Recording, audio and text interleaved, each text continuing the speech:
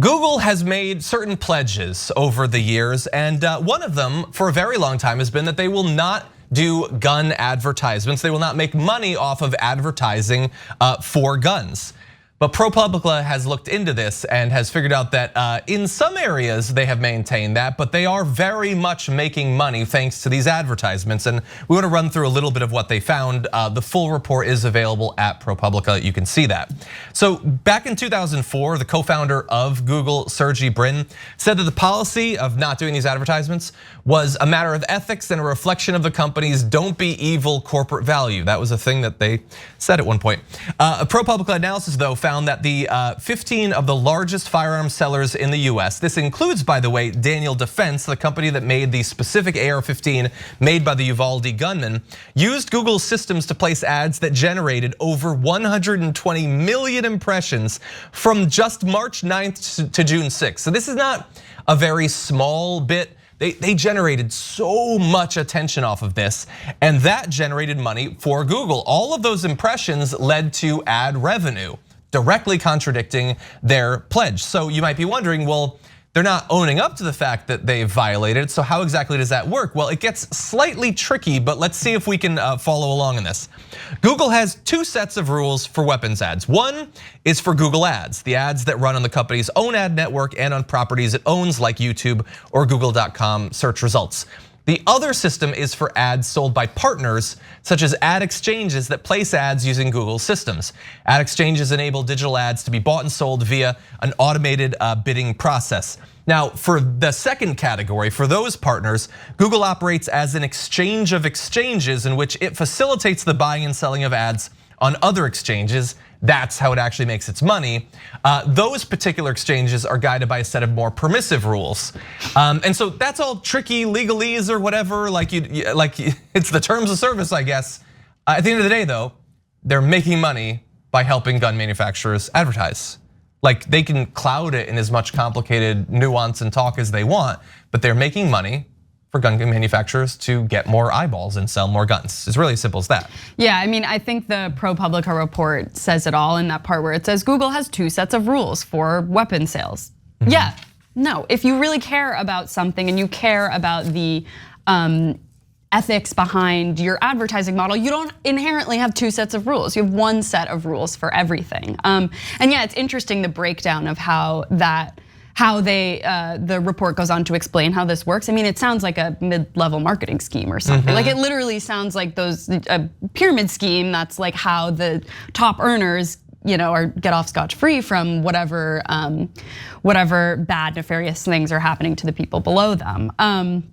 Yeah, and I'm curious if you are bringing up, like what really creeped me out about this report was the retargeting part about how, so I'm sure we're all familiar, I think it's called retargeting. Yeah, when you search something on Google and then ads for that thing just keep popping up and popping everywhere up. You go, yeah. Yeah, and so that apparently is a big problem with this where people will either look up a gun and on a website and then they'll just be in their usual internet activity and constantly see retargeting ads of firearms. And that to me is like one of the most abhorrent things that I can possibly imagine, because as so many of us know, because we live in a gun-obsessed country, is that suicide rates from guns are incredibly high. There's so many gun deaths that let alone the mass shootings. But one of the things that you can see this policy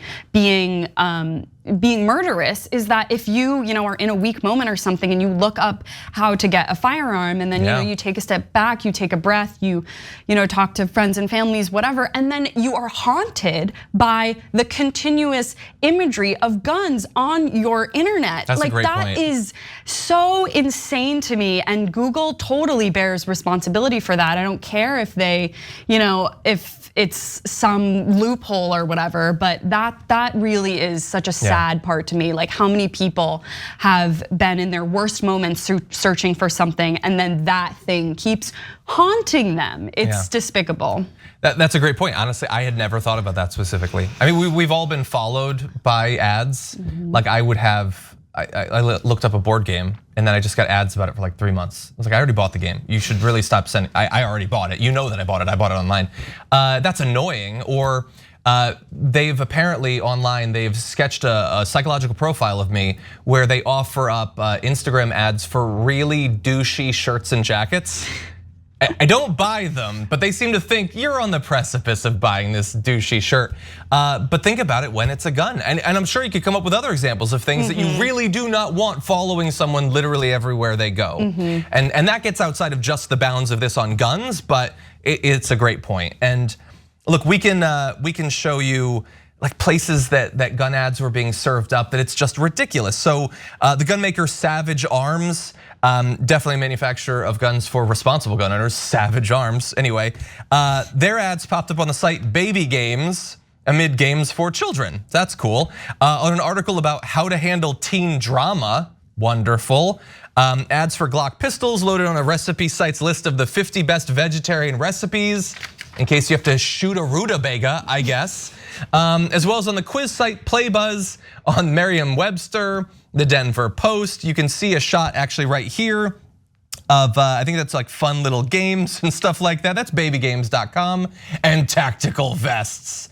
And what looks like, I don't know, those like self-defense weapons you're supposed to poke in someone's eye. So that's a cool message to put to the kids. So very fun. And by the way, full disclosure, we obviously we have a business relationship with Google in that you might be watching this on YouTube right now. We make some money off of ads and everything, but it is still, we have an ethical responsibility to criticize them when they're advertising like obligations they're not living up to them, which clearly in this case they're not. Even if they hadn't made the pledge, this is wrong. You shouldn't do this. But especially when you decades ago pledged that to do this would be evil, then we're gonna have to hold you to it. Yeah, it's nothing new in these corporate ethics statements. I feel like at this point we all sort of know that they're entirely hollow if it actually affects their bottom line. So that's what we have to wait and see. If this generates press or publicity about the fact that Google is doing this, hopefully that's enough for them to stop this. But if it is, increasing their revenue, if it's good for their bottom line, I don't see any version of them walking back on this. Maybe not. I mean, the hope would be that of all of the huge amount of money that they make off of advertising, this might be a small enough part that they would be willing to change the rules for that second bucket. But even that, it's like, cool ethics statement exactly, there. Yeah, that's not really ethics so much, but I guess we'll see. Thanks for watching The Young Turks, really appreciate it. Another way to show support is through YouTube memberships.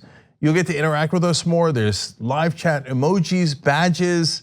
You've got emojis of me, Anna, John, JR, so those are super fun. But you also get playback of our exclusive member-only shows and specials right after they air. So all of that, all you gotta do is click that join button right underneath the video. Thank you.